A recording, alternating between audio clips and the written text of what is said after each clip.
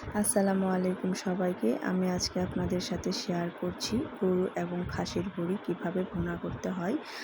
যারা ভুঁড়ির আঁটশে গন্ধর জন্য ভুঁড়ি রান্না করলেও খেতে পারেন না, তাদের জন্য আজকের রেসিপিটা।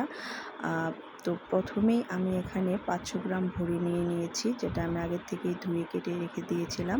তো এখন আমি একটা ফ্রাই প্যানে তেল দিয়ে নিয়েছিলাম আগে থেকেই, এবং এখানে 500 গ্রাম ভুঁড়ি আমি একেবারেই দিয়ে নিলাম, যাতে এটাকে আমি একদম তেলের সাথে ভেজে নিতে পারি। প্রায় লাল লাল খয়েরি করে আমি এটাকে ভেজে নেব, যাতে করে গন্ধটা দূর হয়ে যায়। তো এখানে আমি হাফ টিস্পুন পরিমাণ লবণ এবং হাফ টিস্পুন পরিমাণ হলুদ গুঁড়ো দিয়ে নিয়েছি, যাতে ভাজার সময় কালারটা খুব সুন্দর আসে এবং দেখতে খুব ভালো লাগে। তো এটাকে আমি ভাজবো চুলায় প্রায় 10 মিনিট পরিমাণ, যাতে করে দেখতে এটা খুবই সুন্দর হয় এবং গন্ধটা একেবারেই দূর হয়ে যায়। তো এখন ভাজার পরে 10 মিনিট পরে ভুঁড়িগুলো দেখতে অনেক ছোট ছোট হয়ে গেছে এবং ভুঁড়ির থেকে তেল বেরিয়ে আসছে বাইরে। তার মানে ভুঁড়িটা আমার ভাজা হয়ে গিয়েছে এবং কোনো প্রকার দুর্গন্ধ এই ভুঁড়িতে আর এখন নেই।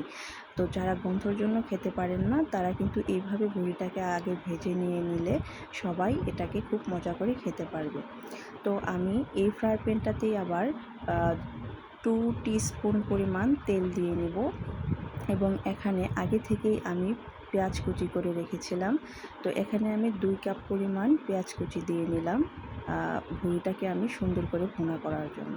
তো 2 কাপ পেঁয়াজ কুচি আমি এখন সুন্দর করে নরম করে ভেজে নেব, যেন বেরেস্তা টাইপের না হয়ে যায়। সেই জন্য আমি এখানে হাফ টিস্পুন পরিমাণ হলুদ গুঁড়ো দিয়ে নিলাম এবং পরিমাণ মতো লবণ দিয়ে নিলাম, যাতে পেঁয়াজটা আমার খুব নরম হয়ে আসে।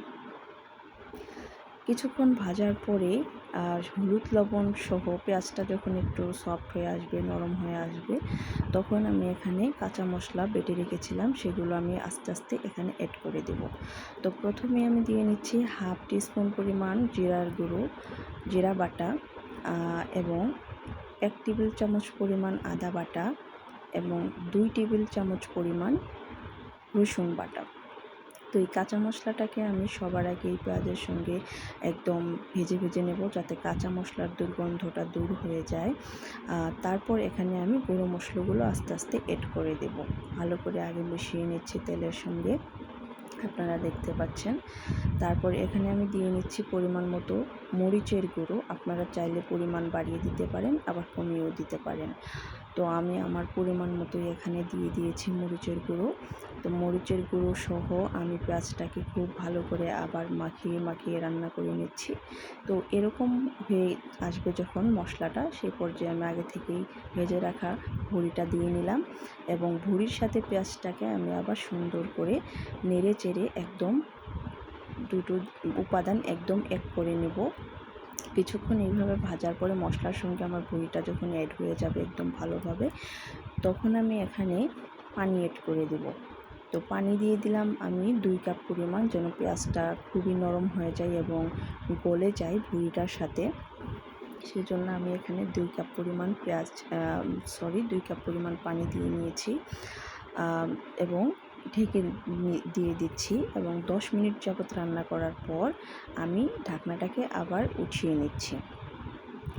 তো ঢাকনা ওঠানোর পরে দেখি কি দেখা যায়। তো দেখলাম আমার রান্নাটা প্রায় হয়ে এসেছে এবং অল্প পরিমাণ পানি দেখা যাচ্ছে। তো পানিটাকে শুকিয়ে নেওয়ার জন্য আমি আরও 3-4 মিনিট চুলার হাই হিট করে দিয়ে এটাকে নেড়েচেড়ে ঢাকনা ছাড়া রান্না করব, যেন পানিটা শুকিয়ে যায়। তো পানিটা শুকিয়ে আসার পরে কিন্তু আমরা আবার এটাকে ফোড়ন দিয়ে নেব, যাতে স্বাদটা দ্বিগুণ বেড়ে যায়।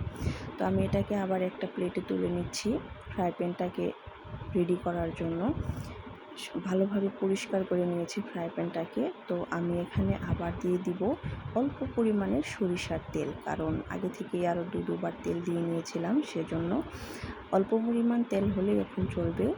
তো তেলটা হয়ে গেলে আমি এখানে দিয়ে দিব অল্প কিছু আস্ত জিরা, হাফ টিস্পুনের মতো। তো জিরাটা হয়ে গেলে খুব সুন্দরভাবে আমি এখানে ভুঁড়ি তুলে রাখাটা এখানে দিয়ে দিব। তো দিয়ে দেওয়ার পরে এটাকে আমি আবার 5 মিনিট যাবত খোলা ঢাকনায় রান্না করব, নেড়ে চেড়ে, যেন ভুঁড়িটার রং একদম লাল খয়েরি টাইপের হয়ে যায় এবং তেলটা ভিতর থেকে বেরিয়ে আসে। যতক্ষণ না তেল বেরিয়ে আসে আমি ততক্ষণ এটাকে এইভাবেই নেড়েচেড়ে রান্না করতে থাকবো। দেখুন কত সুন্দর, কত লালচে লালচে একটা সুন্দর কালার চলে এসেছে আমার রেসিপিটার। আপনারাও যদি চান এইভাবে রান্না করবেন, এবং প্লিজ যদি আমার ভিডিওটা ভালো লেগে থাকে প্লিজ সাবস্ক্রাইব করবেন, শেয়ার করবেন এবং বেল আইকনটিতে ক্লিক করে বেল বাজিয়ে দিবেন। আরও সুন্দর সুন্দর রেসিপি পাওয়ার জন্য কমেন্টে জানাবেন। দেখুন আমি এটাকে এখন পরিবেশন করব। কত সুন্দর, একদম গরম গরম ধোয়া ওঠা গরুর ভুঁড়ি রান্না, জিভে জল আসার মতো অবস্থা। তো দেখুন এবং শেয়ার করুন, এনজয় করুন এবং এটাকে ট্রাই